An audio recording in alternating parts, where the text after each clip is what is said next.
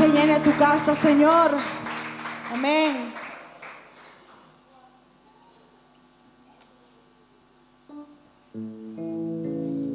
Es hermoso cuando una vez que recibimos a nuestro Dios, a Jesús en nuestros corazones, entendemos posteriormente con la relación personal que empezamos a tener con Él,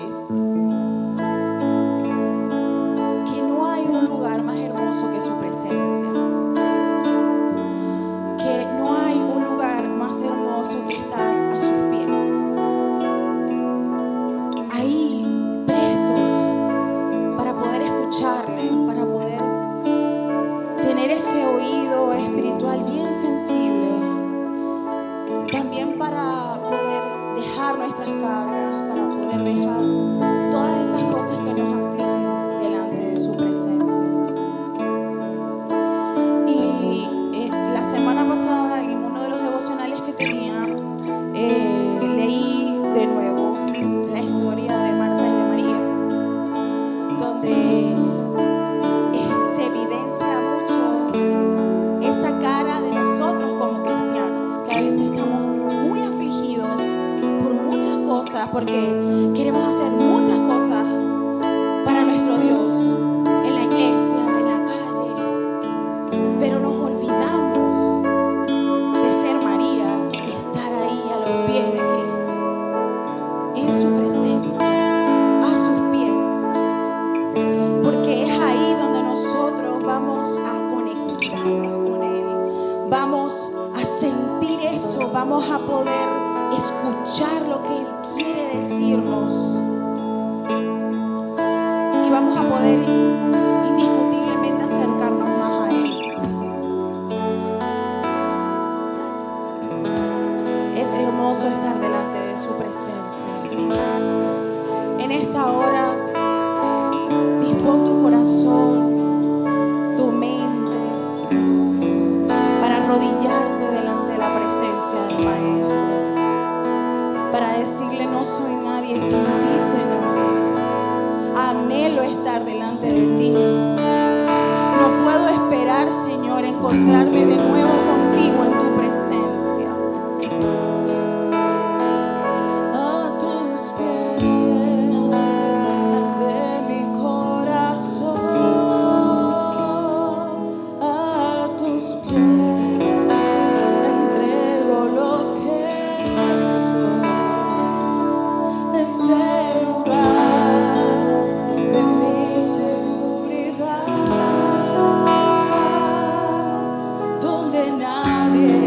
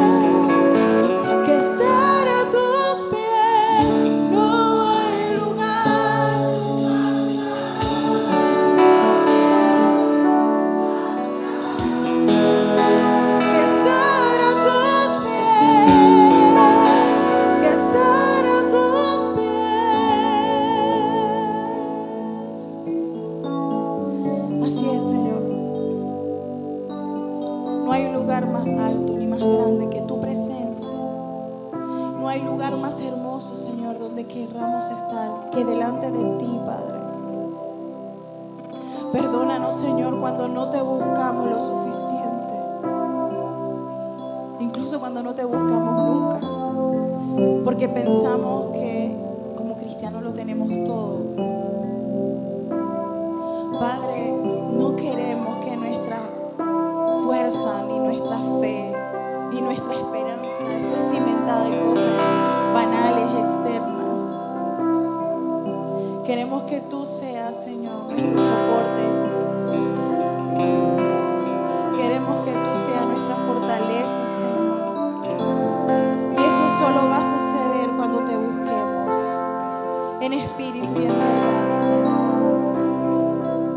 Hermano, en esta hora no sé con qué carga o con qué aflicción viniste hoy, pero el Señor no quiere que te vayas igual de como viniste. Toma este momento para postrarte en su presencia y descargar todo lo que te pesa delante de Él. Él te conoce, Él sabe lo que te aflige, lo que no te deja dormir, lo que te está dando ansiedad, lo que te está deprimiendo. Él lo conoce, pero Él quiere que tú se lo digas. Y qué mejor momento que hacerlo en su presencia.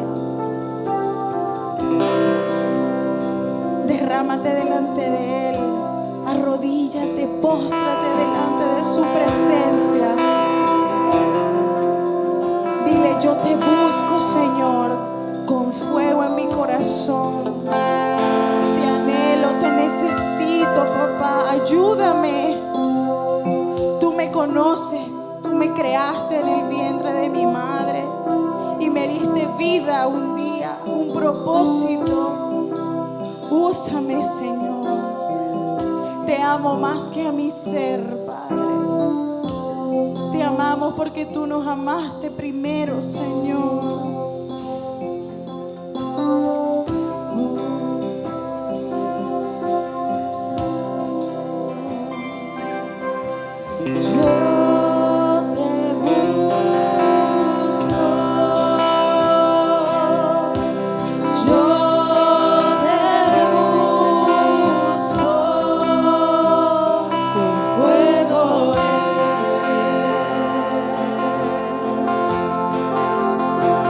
Mi corazón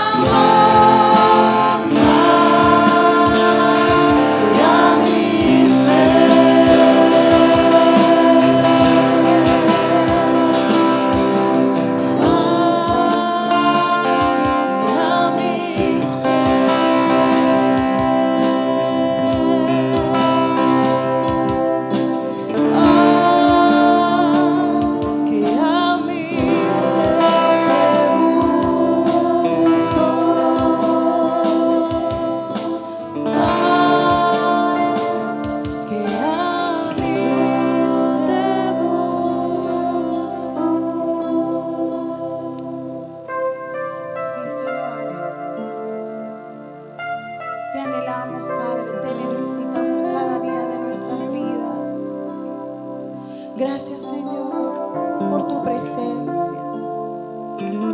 Gracias, Señor, porque tú nunca nos abandonas. Porque estás allí, Señor, llamando a nuestra puerta siempre. Queremos buscarte, Señor, cada día más. Queremos acercarnos a ti cada día más. Tener una intimidad contigo, Señor, cada día más estrecha. Te pedimos, Señor, que tú te quedes con nosotros y que avives, Señor, ese fuego en nuestro corazón por ti, por estar más cerca de ti, Señor. Queremos llenarnos de tu presencia, de tu espíritu, para poder ser un reflejo, para poder ser esa diferencia, Señor, en el mundo. Gracias, Señor. Te adoramos. Gracias, Padre. Gracias, Señor, por la oportunidad que tú nos das de buscarte, Señor. Gracias te damos porque tú nos has regalado un día más y porque nos has regalado un domingo, Señor, en el que queremos darte gracias también por el calor que sentimos, porque cómo hemos de recibir los beneficios del sol si no estamos dispuestos a soportar de su calor. Gracias te damos, Señor, también cuando nos ha tocado soportar el frío, porque si no, ¿cómo hemos de disfrutar el dulzor de las frutas, Señor? Gracias te damos, Padre, por los corazones dispuestos que hoy, a pesar del calor, han venido a tu casa de oración a buscar más de ti, Señor. Vamos ante tu presencia rogando que tú tomes el control de este tiempo, Señor, y que el Espíritu Santo guíe mis palabras, Señor, y que no sean las mías, sino que sean las tuyas las que sean escuchadas. Que también dispongas de nuestros corazones como receptores ávidos de escuchar de ti y de aplicar en nuestras vidas, Señor. Te rogamos, Padre, que tú estés con nosotros a lo largo de esta semana también, Señor, y que nos permitas ver en nuestro andar la posibilidad de gloriarte a ti, Señor. Te lo rogamos todo en el nombre de tu Hijo amado Jesús. Te damos las gracias. Amén. Gracias, Padre. Dios les bendiga, hermanos. Para mí es un privilegio estar aquí hoy con la oportunidad de poder compartir juntos y hablar de su palabra.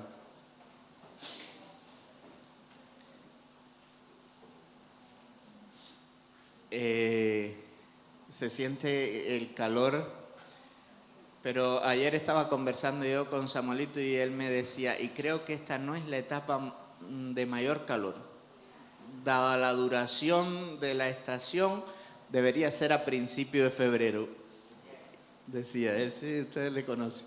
Y yo decía, gloria a Dios por eso. Me dice, papá, ¿cómo que gloria a Dios por eso?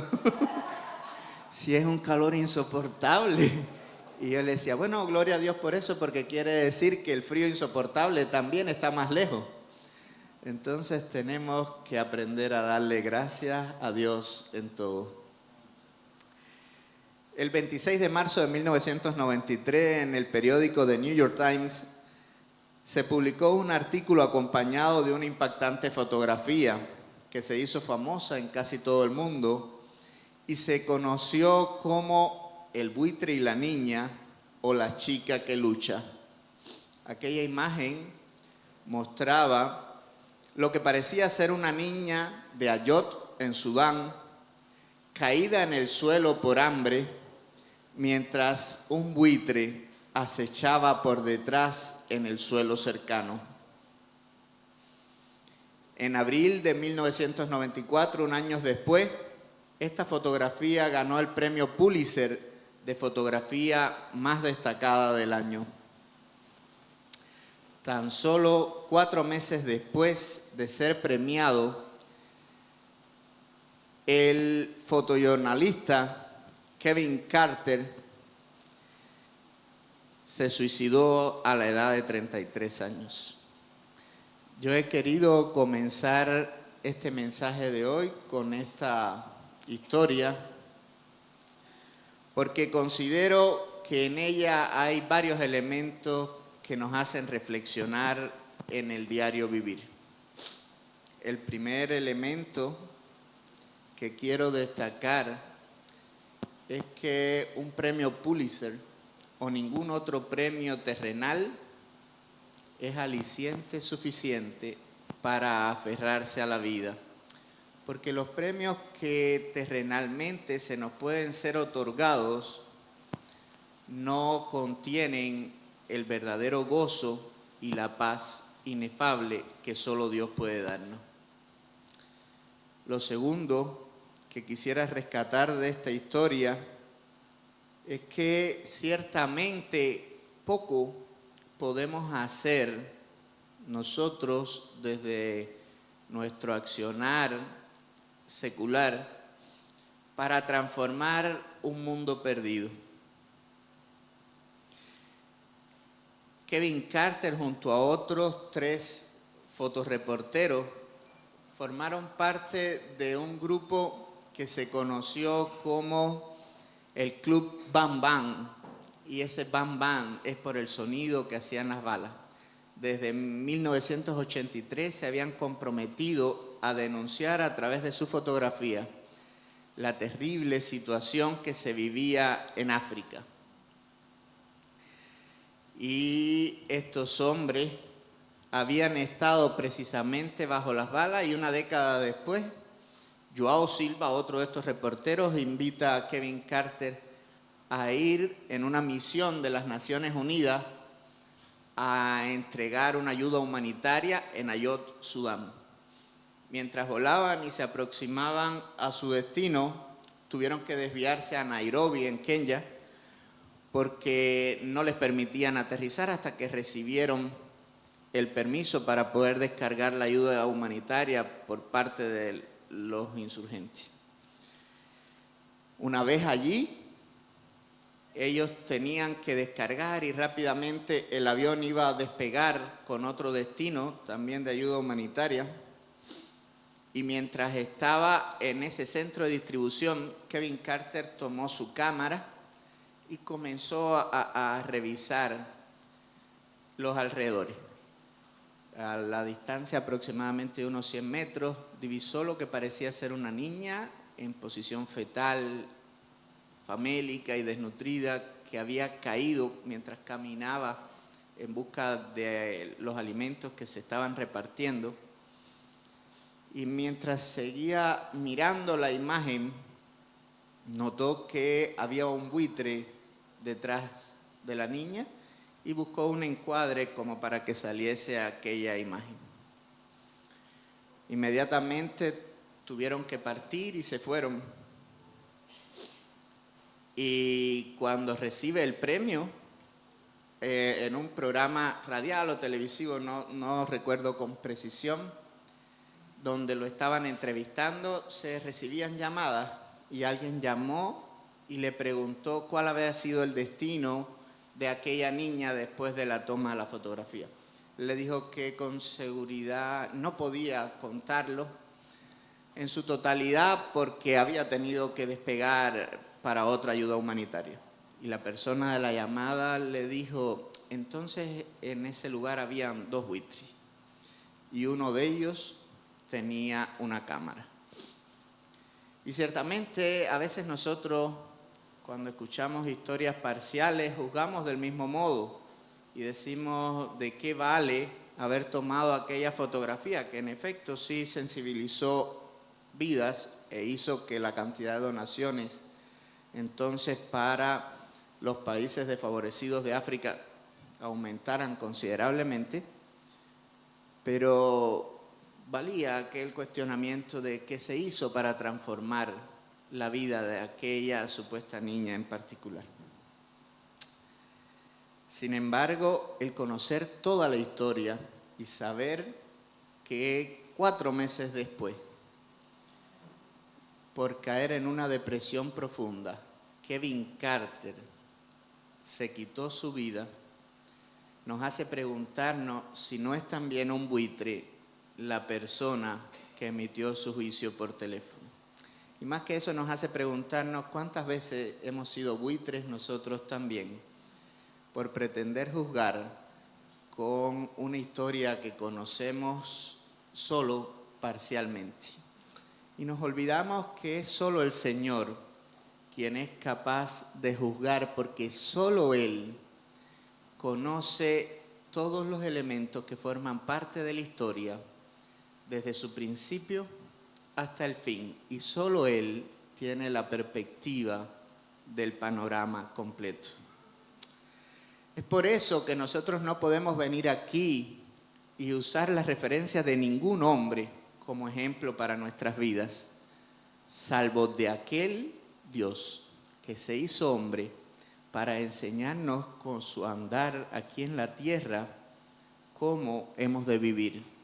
Casualmente, un joven que también murió a los 33 años, pero que a diferencia de suicidio, él decidió dar su vida por ti y por mí. El pasado 16 de abril, en el cumpleaños de Mateo, compartí con ustedes mi intención de hacer una compilación de mensajes que hablen acerca de este joven que puso su vida en sacrificio en favor de nosotros y de toda la humanidad. Hoy, desde la serie Él vivió entre nosotros, quiero que hablemos acerca de la compasión y la bondad de Cristo a través de dos milagros que son relatados en el libro de Juan, que ilustran claramente cómo Jesús se compadece del necesitado. Para entrar en contexto debemos saber que el libro de Juan es de los 4 evangelios el de mayor enfoque teológico, mientras los otros fueron escritos pensando en un público en particular. El libro de Juan es un libro escrito más como si hubiese sido destinado a un teólogo. Entonces, si vamos a escudriñar en pasajes que en él aparece, primero vamos a llevarnos un contexto del propósito de este libro completo. Para eso vamos a leer los primeros 3 versículos del primer capítulo de Juan, de ahí saltaré al verso 14 y directamente saltaré al capítulo 20, verso 30 y 31. Si quieren, busquen ustedes Juan 1 y yo les diré cuando iré saltando. Y dice así: en el principio era el verbo y el verbo era con Dios y el verbo era Dios. Esto era en el principio con Dios. Todas las cosas por Él fueron hechas y sin Él nada de lo que ha sido hecho fue hecho. Y continúa el 14 diciéndonos: y aquel verbo fue hecho carne y habitó entre nosotros y vivimos su gloria, gloria como del unigénito del Padre, lleno de gracia y de verdad. Y en el capítulo 20, verso 30 y 31 nos dice: hizo además Jesús muchas otras señales en presencia de sus discípulos, las cuales no están escritas en este libro, pero estas se han escrito para que creáis que Jesús es el Cristo, el Hijo de Dios, y para que creyendo tengáis vida en su nombre. Siendo este el propósito del libro, es también el propósito de este mensaje y ha de ser el propósito de todos nuestros mensajes, que nosotros podamos creer que Jesús es el Cristo, el Hijo de Dios, y que para que creamos y tengamos vida en su nombre es que esto hacemos y compartimos su palabra. Cuando usted hable a otro, piense que ese ha de ser también el propósito de lo que usted está compartiendo y del testimonio que está dando. Como decía, entonces estaremos basándonos en 2 pasajes y el primero lo encontramos en el capítulo 5, en los primeros 15 versículos. Los que me conocen saben que me gusta leer la Biblia, así que hoy no va a ser la diferencia, vamos a leer la Biblia. A los que les gusta leer la Biblia, entonces disfruten de este momento, y a los que no les gusta leerlo tanto, aprovechemos y hoy adelantamos aquí un poco más de la lectura de la Biblia. Los primeros 5 versículos dicen así.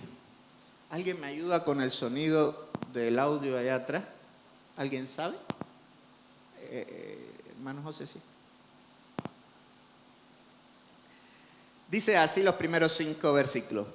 Después de estas cosas había una fiesta de los judíos y subió Jesús a Jerusalén. Y hay en Jerusalén, cerca de la puerta de las ovejas, un estanque llamado en hebreo Bet-Hesda, el cual tiene 5 pórticos. En estos yacía una multitud de enfermos, ciegos, cojos y paralíticos, que esperaban el movimiento del agua, porque un ángel descendía de tiempo en tiempo al estanque y agitaba el agua. Y el que primero descendía al estanque después del movimiento del agua quedaba sano de cualquier enfermedad que tuviese. Y había allí un hombre que hacía 38 años que estaba enfermo. Y voy a hacer una pausa. Sigue. No, sigue. Y voy a hacer una pausa aquí para que rescatemos algunos elementos importantes que nos harán meditar acerca de este pasaje. El primero es que Jesús viene a Jerusalén porque era el tiempo de celebración de una de las 3 fiestas anuales que celebraban los judíos y que frecuentaban ir hasta Jerusalén para celebrarla. Nosotros no tenemos precisión de cuál de aquellas 3 fiestas es, porque Juan no los registra. Pero sí podemos saber que era uno de estos momentos y que por tanto Jerusalén estaba lleno de personas, ¿no?, de otras regiones. Y bajo este contexto, Jesús viaja a Jerusalén. Sabemos también que esas 3 fiestas eran la fiesta de los panes sin levadura, o la Pascua, la fiesta de la cosecha, o de las semanas, conocida también como la fiesta de Pentecostés, y la fiesta de las cabañas, o conocida también como la fiesta del tabernáculo. Probablemente era la fiesta de la Pascua, porque en el capítulo 2, verso 13, relata Juan así: estaba cerca de la Pascua de los judíos y subió Jesús a Jerusalén. No sabemos realmente cuánto tiempo había pasado desde lo que se relata en el capítulo 2 hasta el capítulo 5. Yo podría probar cambiar de micrófono, Miguel, y ver si funciona entonces mejor. Ábreme este, a ver. Ya, entonces apaguen este.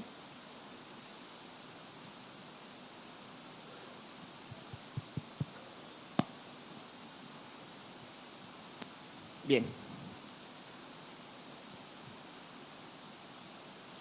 Y dice en Juan 2:13 este hecho, pero no importa cuál fuera aquella fiesta. Yo quiero que usted valore lo que se va a propiciar después de estos milagros, y una esto al hecho de que Jesús era consciente que Jerusalén estaba lleno de judíos intransigentes que después de ese hecho le iban a tratar de dar caza. Lo otro que quiero que destaquemos es que cerca de la puerta de las ovejas, lugar por donde entraban los pastores con sus rebaños, es que se da este suceso. Esta puerta de las ovejas era un lugar que se había restaurado en los tiempos de Nehemías y se nos relata en Nehemías 3:1. Entonces, gracias hermano. Entonces se levantó el sumo sacerdote Eliasib con sus hermanos los sacerdotes y edificaron la puerta de las ovejas. Era un lugar que había sido diseñado y pensado para que por ahí entraran los pastores con sus rebaños para darles agua.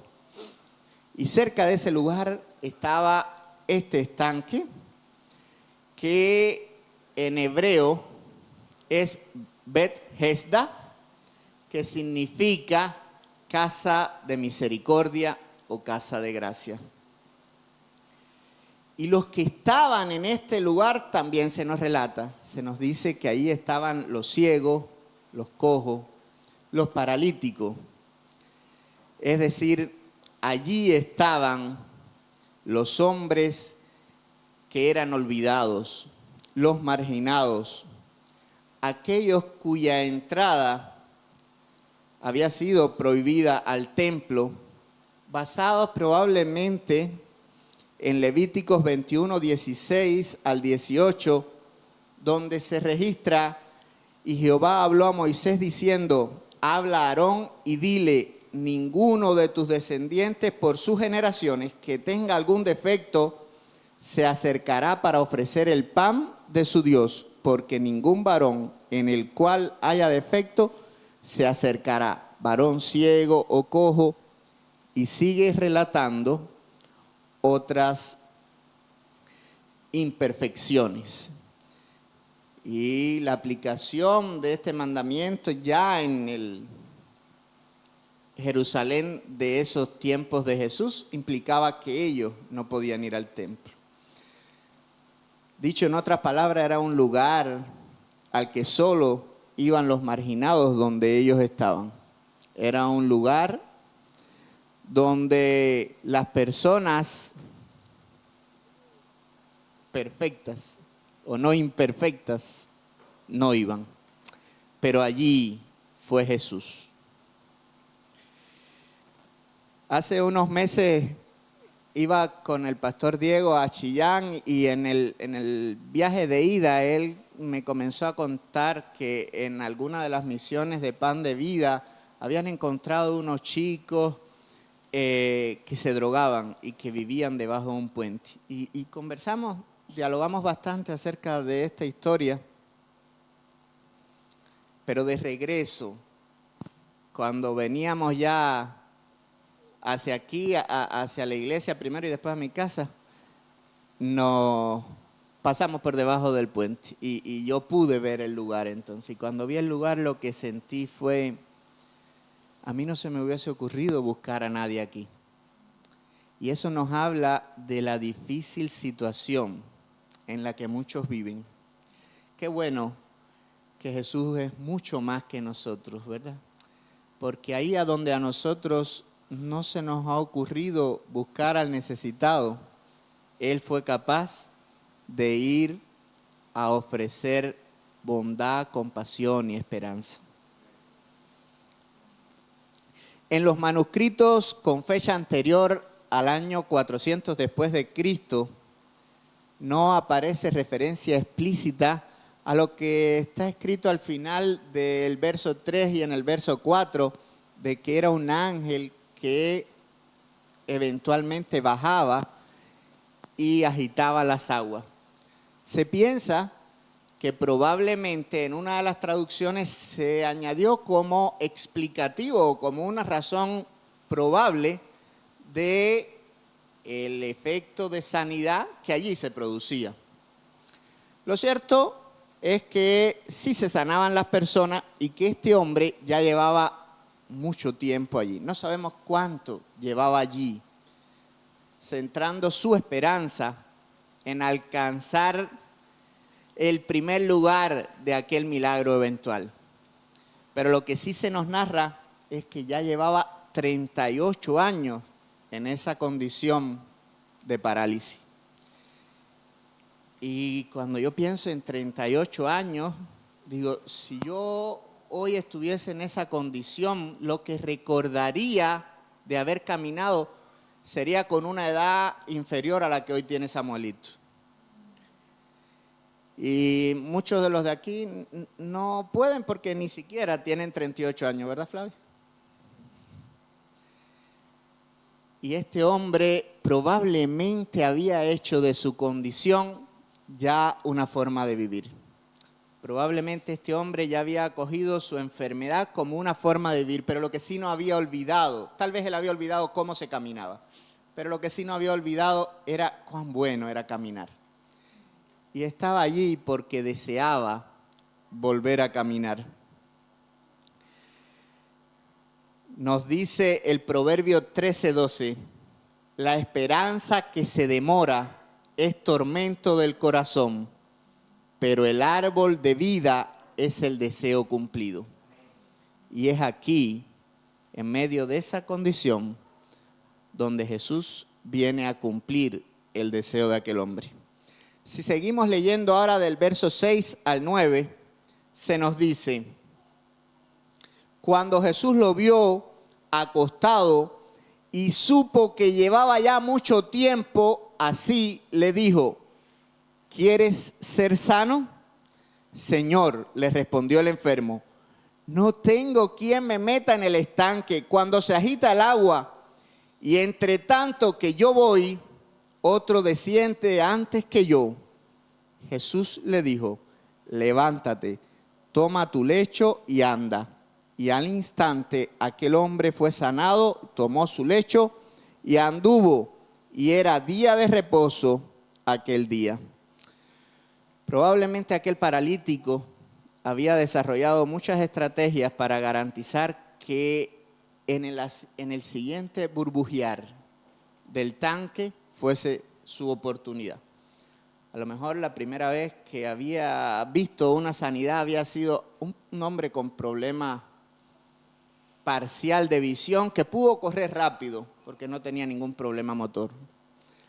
O eventualmente en alguna de esas veces vio otro que tenía alguna parálisis pero no tan grave como la suya.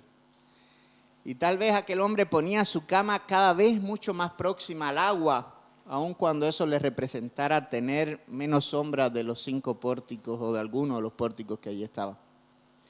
Lo cierto era que este hombre había centrado su confianza en el estanque de Betesda. ¿Cuántas veces nosotros centramos nuestra confianza en estanques de Betesda?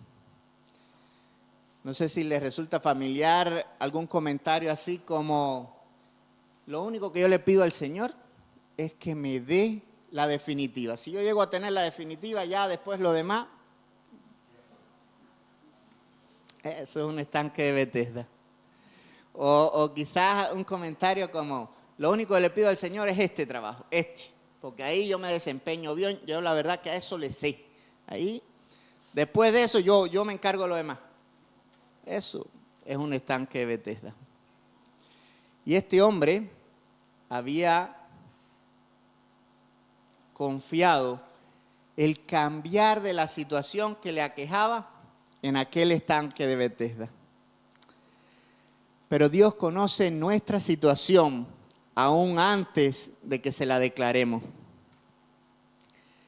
Él quiere que tú aceptes lo que ha venido a ofrecerte a pesar de que Él conoce tu situación.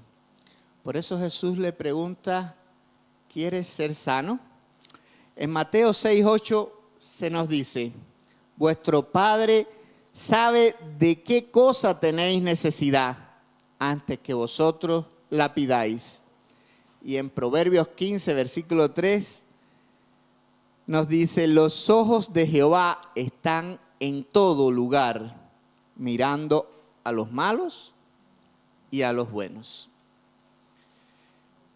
Pero a pesar de eso, el Señor va y nos ofrece de sus bendiciones.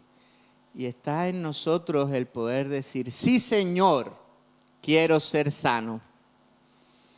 Pero este hombre no responde así, no responde, sí, Señor, quiero ser sano, por eso estoy aquí. No.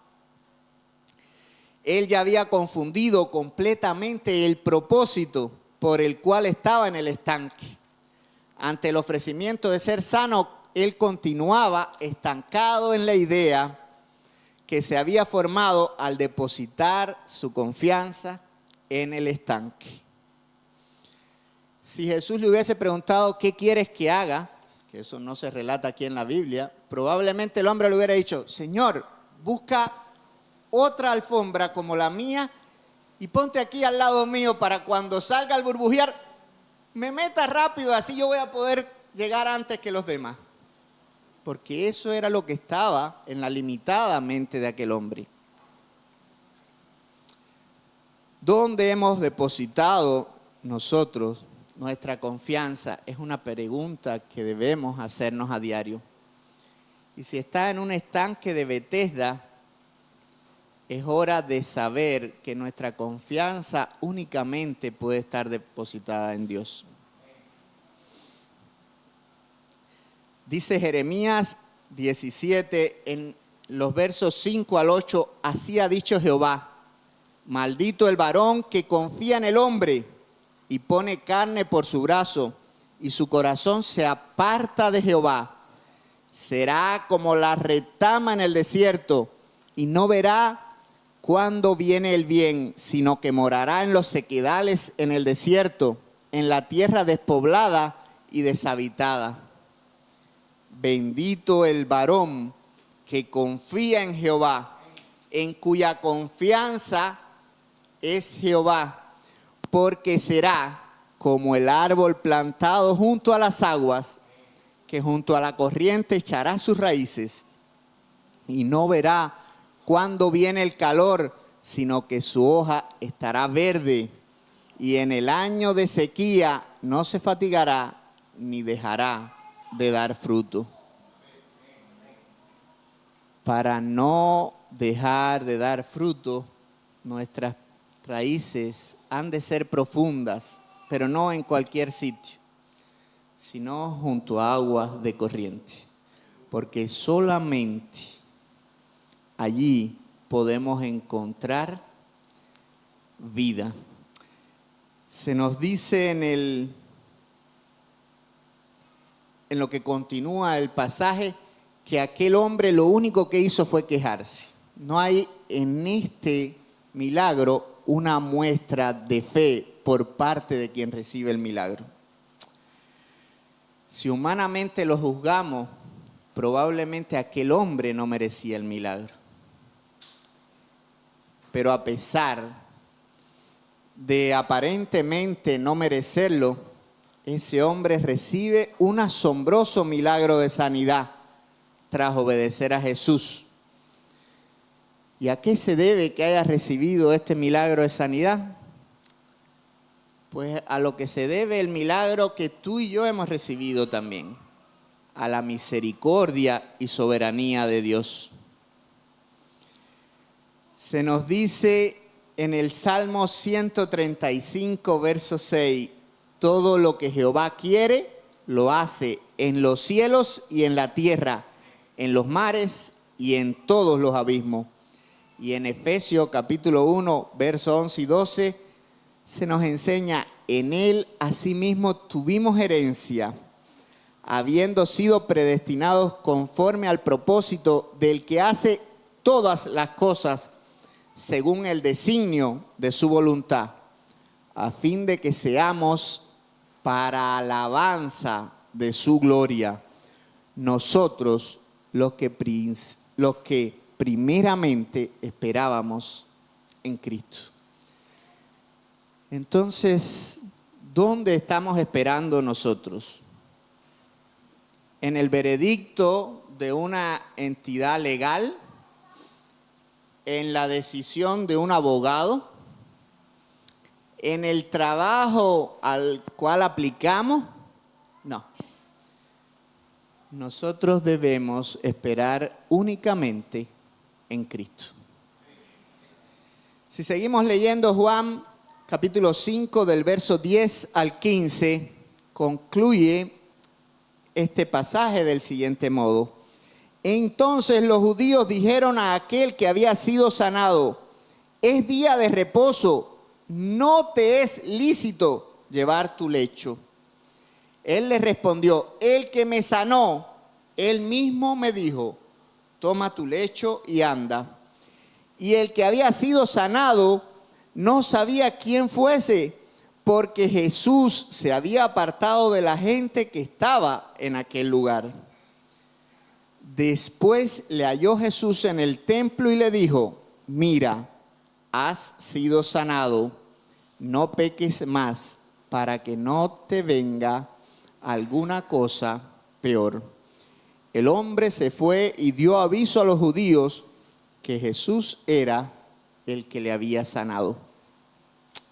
Es por esto que yo pienso que este hombre tenía mucho más de 38 años, porque las palabras de Jesús dan a entender que en su vida anterior a la parálisis había pecado y que este padecimiento sí había sido consecuencia de un pecado. Y ahora Jesús le advierte: vete, no peques más, no sea que te acontezca algo peor. Pero analicemos todo el pasaje y alarmémonos de que un hombre de 38 años, inmóvil, ahora estaba andando por sí mismo, y los fariseos estaban preocupados por el cumplimiento de las reglas que ellos mismos habían trazado. Según los fariseos, cargar una camilla era trabajo y por tanto representaba una violación de la ley. Pero realmente era una violación de la interpretación que ellos hacían de la ley y de las reglas añadidas.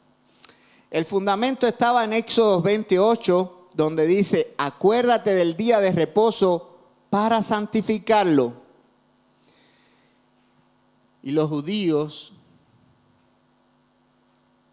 principalmente en la figura de los fariseos, ahora hacían valer leyes cuantitativas de la interpretación de este mandamiento de Jehová. Y aquellas leyes cuantitativas decían: no puedes cargar un bulto más de 50 pasos porque ya se considera trabajo. Y si no es un bulto sino 2, no puedes cargarlo siquiera porque ya es trabajo. Pero habían olvidado verdades mayores sobre el propósito del día de reposo y sobre el quién había instaurado el día de reposo. Si leemos Marcos 2, 27 y 28, nos dice, refiriéndose a Jesús: también les dijo: el día de reposo fue hecho por causa del hombre, y no el hombre por causa del día de reposo. Por tanto, el Hijo del Hombre es Señor aún del día de reposo. Es decir, el día de reposo se había hecho para dar descanso al hombre y no para generar una carga más con la cual debería cargar el hombre. Y si el día de reposo había sido instaurado por Dios mismo, Dios tenía la capacidad de decidir no dar un día más de sufrimiento a un necesitado, aun cuando el milagro fuese hecho en día de reposo. Note lo absurdo de la situación. Este hombre, desde 38 años atrás, no podía andar por sí y ahora había sido sanado. Pero la atención de los fariseos estaba en sus normas y no en la vida y en la salud del ser humano. Las normas que rigen tu vida, ¿de dónde provienen? ¿Estas te ayudan a mirar a Jesucristo o son obstáculos para tu crecimiento y oportunidades para juzgar a otros? En Mateo 23, 24 y 25, Jesús, refiriéndose a los fariseos, dice: guías ciegos, que coláis el mosquito y tragáis el camello. Ay de vosotros, escribas y fariseos hipócritas, porque limpiáis lo de afuera del vaso y del plato, pero por dentro estáis llenos de robo y de injusticia. Jesús no quiere que le obedezcas solo movido por tus necesidades, ni por las bendiciones que esperas recibir de Él, sino que le ames sinceramente. Y en el capítulo 14 de este Evangelio, en los versos 20 y 21, se nos dice: en aquel día vosotros conoceréis que yo estoy en mi Padre, y vosotros en mí, y yo en vosotros. El que tiene mis mandamientos y los guarda, ese es el que me ama. Y el que me ama será amado por mi Padre, y yo le amaré y me manifestaré en él. Este hombre, antes enfermo, hoy podía caminar, pero no sabía hacia dónde encaminar sus pasos, porque le faltaba lo principal. Un milagro superior era requerido en su vida: el perdón de sus pecados y la reconciliación genuina con Dios. El mejor regalo que podemos recibir es la salvación. No se conforme con la sanidad física que ya Dios le ha dado. No se conforme con los beneficios terrenales que haya recibido de Dios. No rechace el regalo supremo que representa entregar su vida al Señor y darle el control de ella. En Jeremías 10:23 se nos dice: conozco, oh Jehová, que el hombre no es señor de su camino, ni del hombre que camina es el ordenar sus pasos. Pero este paralítico, antes físico, ahora pretendía seguir siendo paralítico espiritualmente. En contraste podemos encontrar en Juan capítulo 9 el relato acerca de cuando Jesús sana a un ciego de nacimiento. Si leemos también sus primeros 5 versículos, dice así: al pasar Jesús vio a un hombre ciego de nacimiento y le preguntaron sus discípulos, diciendo: Rabí, ¿quién pecó, este o sus padres, para que haya nacido ciego? Respondió Jesús: no es que pecó este ni sus padres, sino para que las obras de Dios se manifiesten en él. Me es necesario hacer las obras del que me envió, entre tanto que el día dura, la noche viene cuando nadie puede trabajar.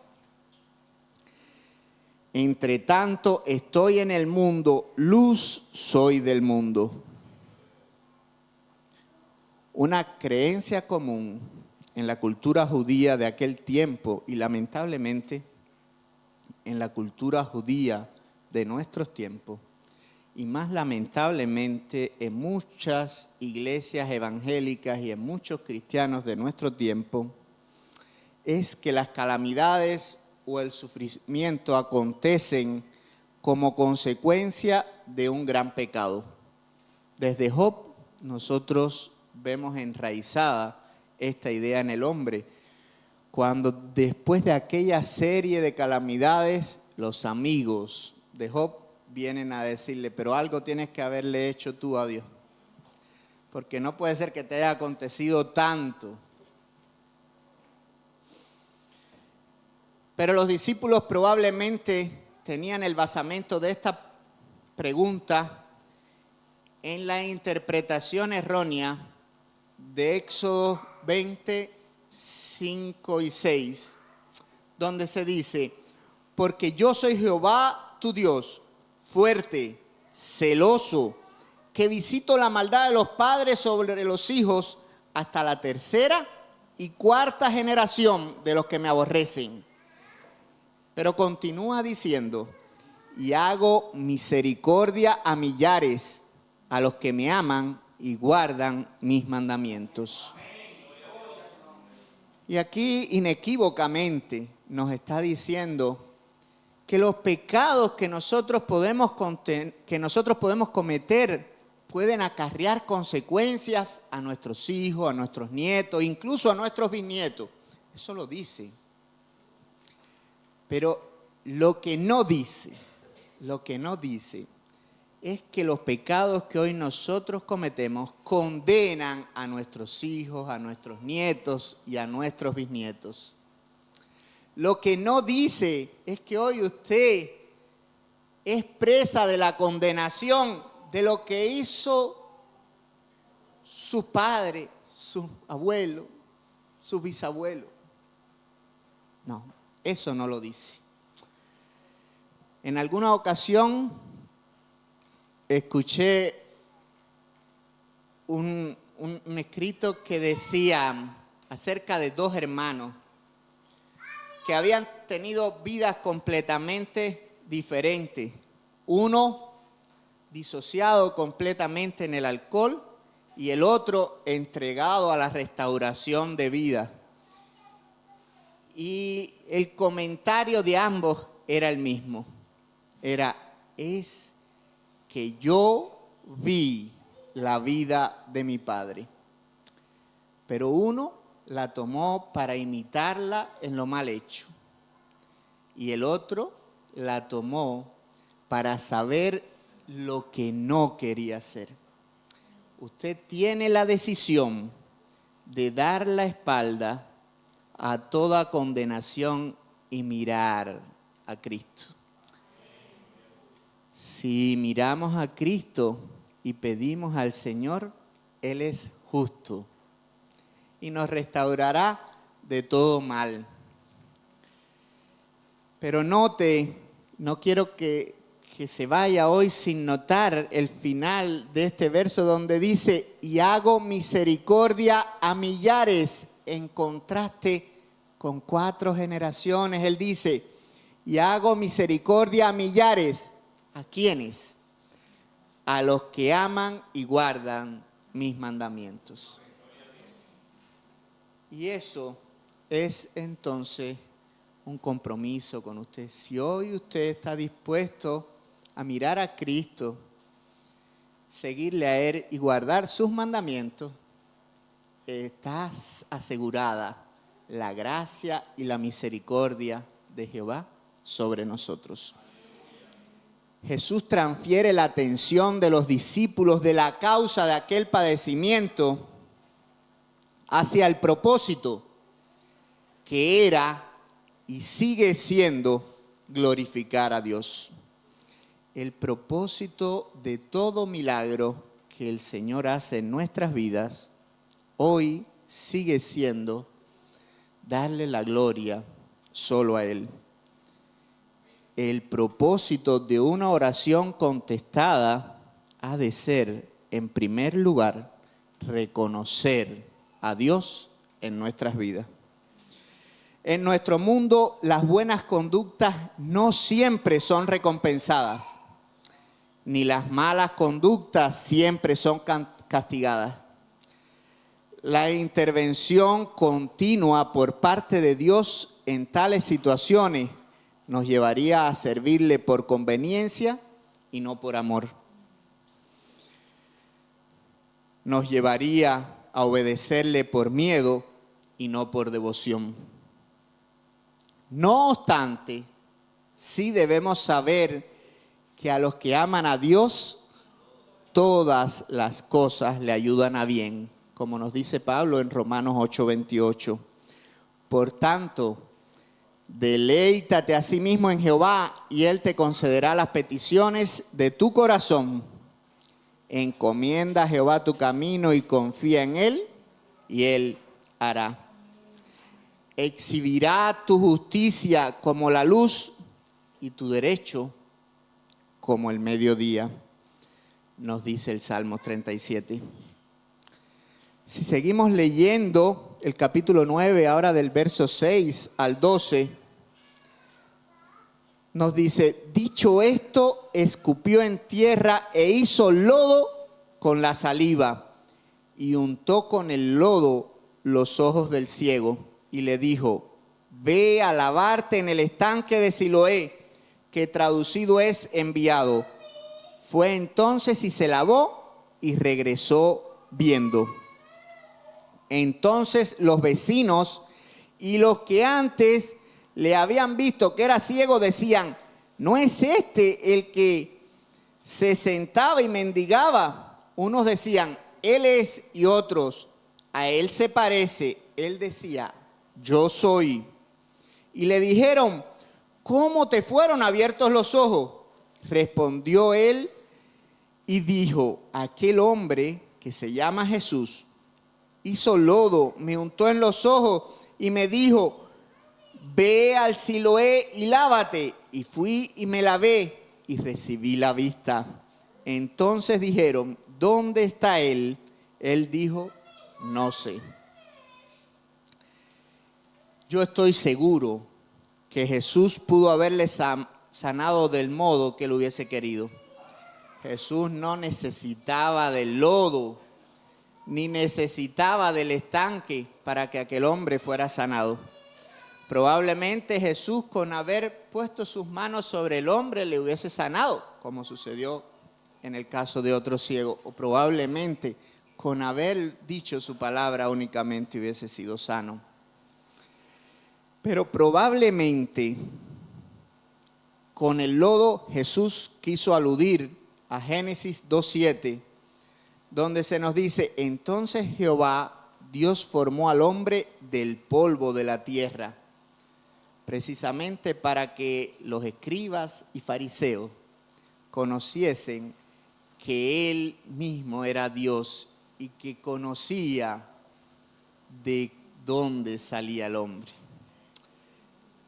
Y al enviarle al estanque de Siloé, probablemente aludía al significado de la palabra Siloé, que era enviado, y resaltaba así que aquel milagro lo hacía el enviado de Dios. Aquel hombre, agradecido por el milagro que había recibido, dice la verdad acerca de Jesús y de lo que había hecho ya por él. No dejes de reconocer el papel que Jesús ha desempeñado en tu nueva vida y agradece a Dios por todo. Y todo lo que hagan de palabra o de obra, háganlo en el nombre del Señor Jesús, dando gracia en todos a Dios el Padre por medio de él. Colosenses 3:17. No permitas que los prejuicios sociales, no permitas que el entorno social, no permitas que la moda de estos días te impida decir la verdad acerca de Jesús. No permitas que ninguna amenaza que forje el hombre modifique el testimonio que puedes dar de lo que Jesús ha hecho en ti. Si seguimos leyendo del 13 al 17, nos dice: llevaron ante los fariseos al que había sido ciego, y era día de reposo cuando Jesús había hecho el lodo y le había abierto los ojos. Volviendo pues a preguntarle también los fariseos cómo había recibido la vista, él les dijo: me puso lodo sobre los ojos y me lavé y veo. Entonces algunos de los fariseos decían: ese hombre no procede de Dios, porque no guarda el día de reposo. Otros decían: ¿cómo puede un hombre pecador hacer estas señales? Y había disensión entre ellos. Entonces volvieron a decirle al ciego: ¿qué decís tú del que te abrió los ojos? Y él dijo: que es un profeta. Los fariseos investigaban las señales de Jesús continuamente. Y aún había disensión entre ellos acerca de cómo interpretarlas. Lo que hacían que los fariseos persiguieran a Jesús no era la falta de evidencia. Lo que hacía que los fariseos persiguieran a Jesús era que les unía la envidia a su popularidad e influencia sobre las personas. Y es lamentable cómo estos hombres conocedores de la palabra amaron más los beneficios que les daba el hacer valer la palabra y el enseñarla sobre el recibirla. Y es lamentable cómo en nuestros días nosotros hemos visto cómo muchas personas, dentro de ellos algunos que más que adoradores de Dios parecen artistas, transforman su conducta porque se enamoraron más de la bendición que Dios le dio en sus dones para servirle que de Jesucristo mismo. Permita el Señor que nosotros no olvidemos nunca que Él nos ha bendecido y que de Él proviene todo lo bueno que está en nosotros. Cuando pensemos en lo malo de nosotros, digamos, ya esto no forma parte de mí, porque esto pertenecía al viejo hombre. Renuncio hoy otra vez a actuar así. Pero cuando pensemos en lo bueno, pensemos, esto no estaba en el viejo hombre, esto lo debo a ti, Señor, y a ti te doy la gloria por esto que tú me has dado. Por otro lado, el hombre que recibió el milagro estaba convencido de la autenticidad de aquel que le sanó. No dejes de reconocer al Señor en todos tus caminos y de honrarle. No desaproveches tu encuentro con Jesús, el cual, siendo en forma de Dios, no estimó el ser igual a Dios como cosa a que aferrarse, sino que se despojó a sí mismo tomando forma de siervo, hecho semejante a los hombres, y estando en la condición de hombre, se humilló a sí mismo, haciéndose obediente hasta la muerte y muerte de cruz. Filipenses 2, del 6 al 8. Ahora voy a leer del 18 al 34 para avanzar más rápido y que usted no se me impaciente. Y nos dice así la Biblia: pero los judíos no creían que él había sido ciego y que había recibido la vista, hasta que llamaron a los padres del que había recibido la vista. Y le preguntaron diciendo: ¿es este vuestro el hijo que vosotros decís que nació ciego? ¿Cómo pues ve ahora? Sus padres respondieron y les dijeron: sabemos que este es nuestro hijo y que nació ciego, pero cómo ve ahora no lo sabemos. ¿Y quién le haya abierto los ojos? Nosotros tampoco lo sabemos. ¿Edad tiene? Preguntarle a él. Él hablará por sí mismo. Estos dijeron sus padres, porque tenían miedo de los judíos, por cuanto los judíos ya habían acordado que si alguno confesase que Jesús era el Mesías, fuera expulsado de la sinagoga. Por eso dijeron sus padres: ¿edad tiene? Preguntarle a él. Entonces volvieron a llamar al hombre que había sido ciego y le dijeron: da gloria a Dios, nosotros sabemos que ese hombre es un pecador. Entonces él respondió y dijo: si es pecador, no lo sé. Una cosa sé, que habiendo yo sido ciego, ahora veo. Le volvieron a decir: ¿qué te hizo? ¿Cómo te abrió los ojos? Él les respondió: ya os lo he dicho y no habéis querido oír, porque lo que queréis oír otra vez, ¿queréis también vosotros haceros sus discípulos? Y le injuriaron y dijeron: tú eres su discípulo, pero nosotros discípulos de Moisés somos. Nosotros sabemos que Dios ha hablado a Moisés, pero respecto a ese, no sabemos de dónde sea. Respondió el hombre y les dijo: pues esto es lo maravilloso, que vosotros no sepáis de dónde sea, y a mí me abrió los ojos. Y sabemos que Dios no oye a los pecadores, pero si alguno es temeroso de Dios y hace su voluntad, a ese oye.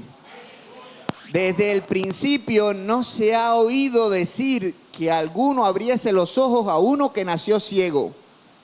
Si éste no viniera de Dios, nada podría hacer. Respondieron y le dijeron: tú naciste del todo en pecado y nos enseñas a nosotros. Y le expulsaron. No les gustó lo que escucharon. Los padres del enfermo sabían la verdad, pero el miedo les impedía decir la verdad. En cambio, aquel hombre, aunque no sabía cómo ni por qué había sido elegido para ser sanado, se reconocía que en él había experimentado un gran milagro y que este hecho había transformado su vida para siempre. Y no le daba miedo decir la verdad. Usted no precisa de grandes palabras o elocuentes discursos para que su testimonio traiga a otros a los pies de Cristo. La fe de este hombre fue inmediatamente puesta a prueba. Le odiaron y expulsaron. Si usted ha decidido seguir a Cristo, ha de saber que probablemente padezca ataques similares. Pero Jesús nos dice: bienaventurados sois cuando por mi causa os vituperen y os persigan y digan toda clase de mal contra vosotros mintiendo. Gozaos y alegraos, porque vuestro galardón es grande en los cielos, porque así persiguieron a los profetas que fueron antes de vosotros.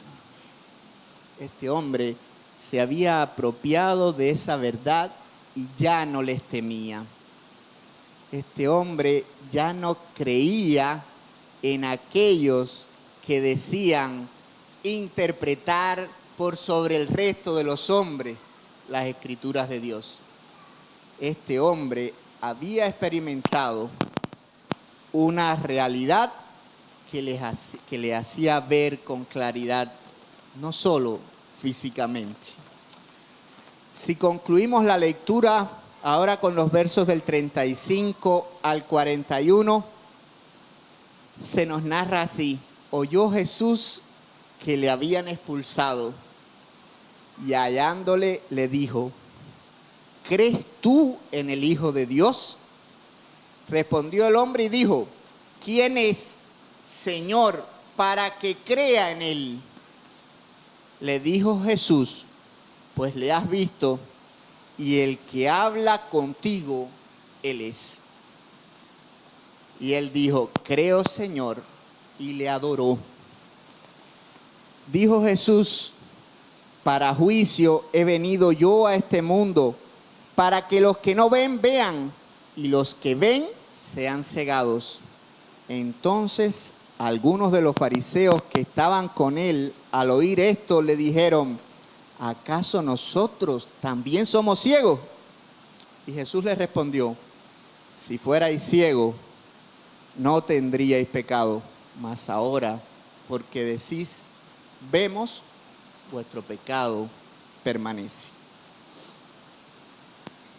Este hombre, además de la vista física, también recibe la vista espiritual. Y esta visión espiritual le permite reconocer a Jesús como el Hijo de Dios y aceptarlo como su Señor, respondiendo del único modo que podemos responder a Cristo, y es en adoración. Su evolución con muestras como que primeramente le había reconocido como profeta y ahora lo reconocía como el Mesías, el Hijo de Dios, y les reconocía como su Señor, nos evidencian que mientras más caminamos con Jesús, más les conocemos. Pedro en su segunda carta, capítulo 3, 18, nos dice: antes bien, creced en la gracia y el conocimiento de nuestro Señor y Salvador Jesucristo. A Él sea la gloria ahora y hasta el día de la eternidad. Amén. Tras pasar aquella prueba, el antes ciego recibe la verdadera liberación. En Juan capítulo 8, 31 y 32 se nos habla acerca de esto. Y dijo entonces Jesús a los judíos que habían creído en Él: si vosotros permaneciereis en mi palabra, seréis verdaderamente mis discípulos y conoceréis la verdad, y la verdad os hará libres.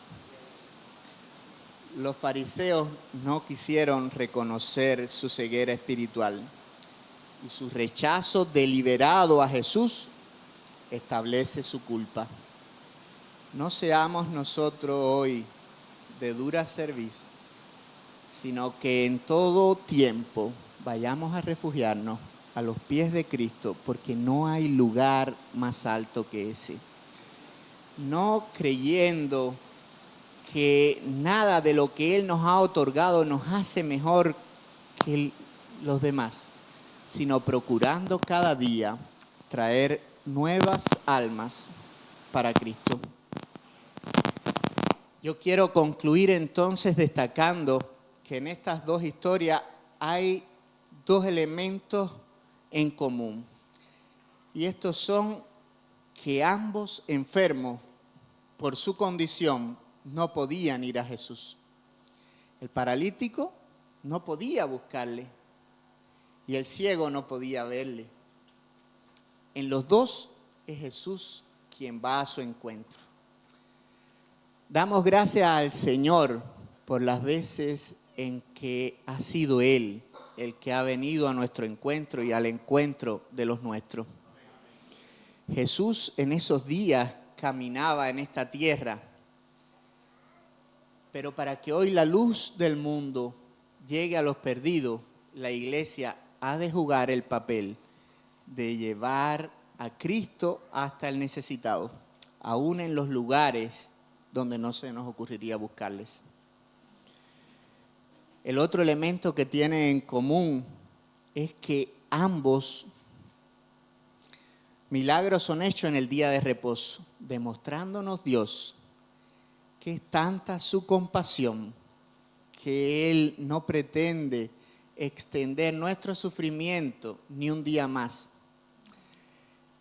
Si es su voluntad, hemos de ser salvos y no debemos encasillar a Dios en las reglas que nosotros establecemos.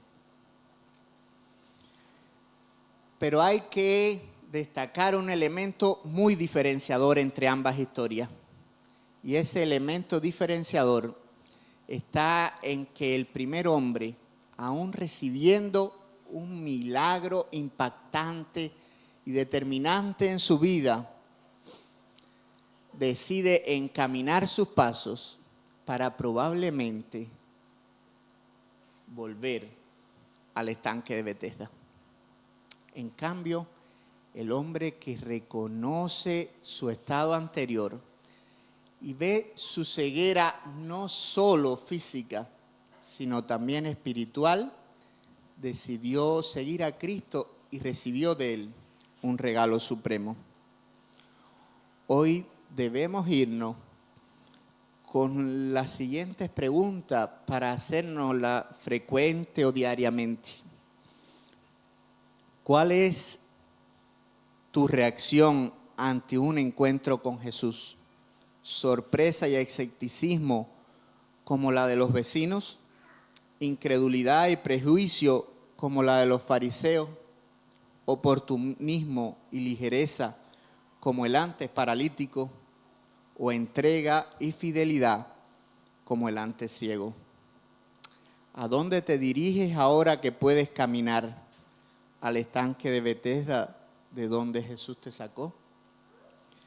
¿Dónde está puesta tu mirada? ¿En Cristo quien te salvó o en las amenazas del hombre? No desaprovechemos nuestro encuentro con Jesús. Decídete a seguirle y a andar solo en Cristo. Dios les bendiga.